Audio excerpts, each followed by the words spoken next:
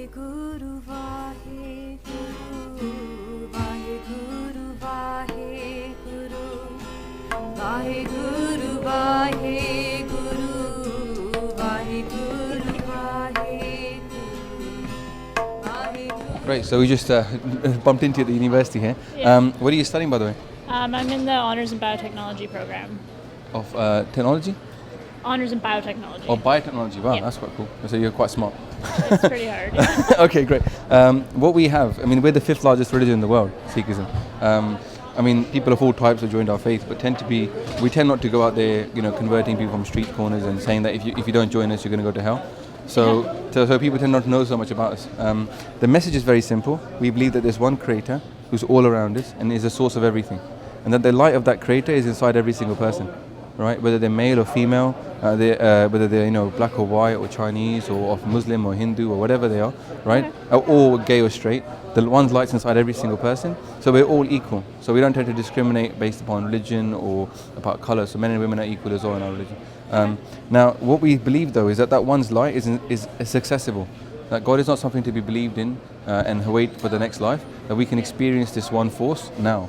And it's a very blissful experience, and it's through meditation and through serving people and singing we can actually activate the center up here, and it's just it's a great experience. And basically what Sikhs are trying to do is merge with that one.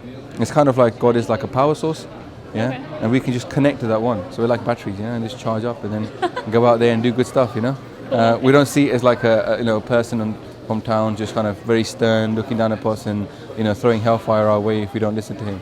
It's more like it's part of us, And the gurus, obviously, when they came around and said, like, religion's not real, we're all equal, men and women are equal, it was quite, 500 years ago, it was fairly new. A lot of people didn't agree with it. So they traveled quite a lot to go and raise awareness of this message. So the first guru, he's like the second most traveled person in history. He actually went to like Rome, Tibet, Mecca, Sri Lanka. And back then, 500 years ago, it took him 30 years. Yeah. Wherever he went, he would spread this message of equality, freedom, and actually freedom from slavery as well. Everybody should be free. Yeah. In the end, he realized that what he needs to do is build people that follow this by him. And so he made an ideal kind of community in Punjab. So come a couple of generations later, about 100 years later, the 5th guru, he made this amazing temple. You probably heard of this one, it's like the Golden Temple. Yeah. Yeah. So it was made by them, but what they did is they made it architecturally. They made it to reflect the Sikh philosophy. So it's got 4 entrances, and anybody's welcome there, regardless of your whatever religion you are, even. And actually, this is one of the places that feeds about 10,000 people a day for free. Of all religions. So, Cool. But he unfortunately at that time, but given the society, he got tortured. They were trying to convert him to Islam. He was tortured to death, and he refused to obviously convert. But he was the first kind of martyr. His son though didn't hold any kind of grudge against Islam. Okay. It's like people, bad people are bad people, good people are good people. So it's kind of quite enlightened view he had. And one of the ways he proved that was there were some Muslims that came to him to say, we haven't got a mosque. Can you help us? And he actually made a mosque. So he's a head of one religion, making a praying place for people of another religion. So it was quite cool, quite a unique example. And that place is still here right now. It's like UN protected right now. Okay. So the Guru's mosque. So it's quite interesting. And then, but his son kept the same philosophy that people should be free to follow any religion they wish. The Hindus were being converted forcibly by the Islamic rulers at the time, and they came to him for help, and they said, look, you're from the seat of Guru Nanak. You spoke against freedom, spoke for freedom. We're being converted. Will you help us? And he actually gave his life to save Hinduism from being converted. So that's another example, like of a head of one religion. But actually, he was beheaded in Delhi for this in 1675. But he still saved all of Hinduism from being converted to Islam. So he was trying to tell us, look, there's a way of living that doesn't involve you being exclusivist, but being inclusivist. So it's quite it's good philosophy in that sense. I myself took it up when I was 21. So it's like this is the stuff that I found very interesting. That's why we put it in this leaflet. At the moment, what we follow is the scripture. So the 10th guru in 1708 gave this the guruship. And he said, from now on, you follow the scripture. You're ready to be led by yourselves rather than be led by a person. And what's interesting about the scripture is it was made by them, compiled and sealed off by them. So it's very structured. And also, when they made it, they didn't just put in the writings of themselves. They actually took people who were very enlightened from other traditions, so Hindu traditions, Islamic traditions, and they put their writings in there. Okay. So it's trying to make the Sikhs bow to this, And the idea is to make us understand that religion is not exclusive. like the one who made us all is not exclusive to us. We may belong to him, but he doesn't belong to us. Okay. Yeah. And they did that by making us a multi-faith kind of faith. Okay, So obviously cool. those people, they did believe the same kind of philosophy, that the one's inside, we can connect to that one. So it's not a divergent philosophy, but the truth is everywhere. And the gurus are trying to step us away from this kind of dogmatism and, Yeah. believe that we're the best people in the world ever. Everybody else is going to go to hell, Yeah. Because a lot of people do believe that, I'm Oh, sure yeah, you, for you're sure sure. you've heard of that. Yeah. Are you part of any religion or you? No, I'm not. No? And do you believe that that God is exclusive to any one faith or that? No, do you I think? don't actually. This doesn't make much sense, right? I guess. No, it doesn't. Yeah. No, it didn't make much sense to them either. So they Yeah. Now, what's interesting about the scripture that we follow, it's probably unique, is it's not divided by chapters. Okay. So you can't go and pick up a chapter on women or a chapter on ethics or whatever. It's divided by music.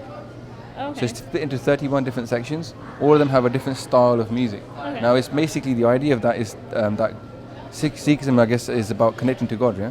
And one of the best ways of connecting to God is through music, because we're trying to invoke the heart Yeah. rather than the mind, Okay. But music invokes the heart straight away.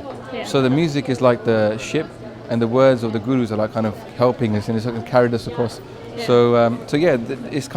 It's about experiencing God rather than just reading some information and saying, oh, that was very nice. As actually you sing it, so it's the way, and not just showing you the way.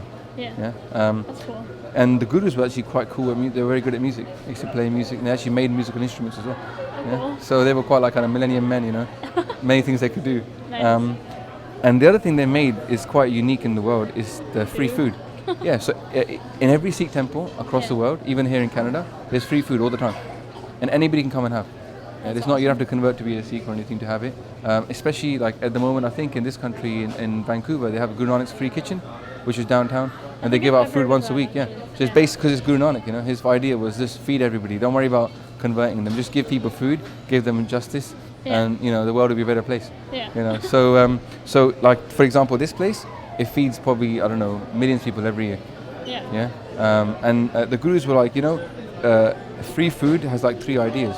Firstly, it's like about learning to serve, because if you're quite from a selfish background or you haven't really seen how it feels to serve people, then you need to have that experience. Yeah. So this is like an institution designed to help you come there, cook, clean, wash for other people, and learn about how good it feels to serve. But also it's equality.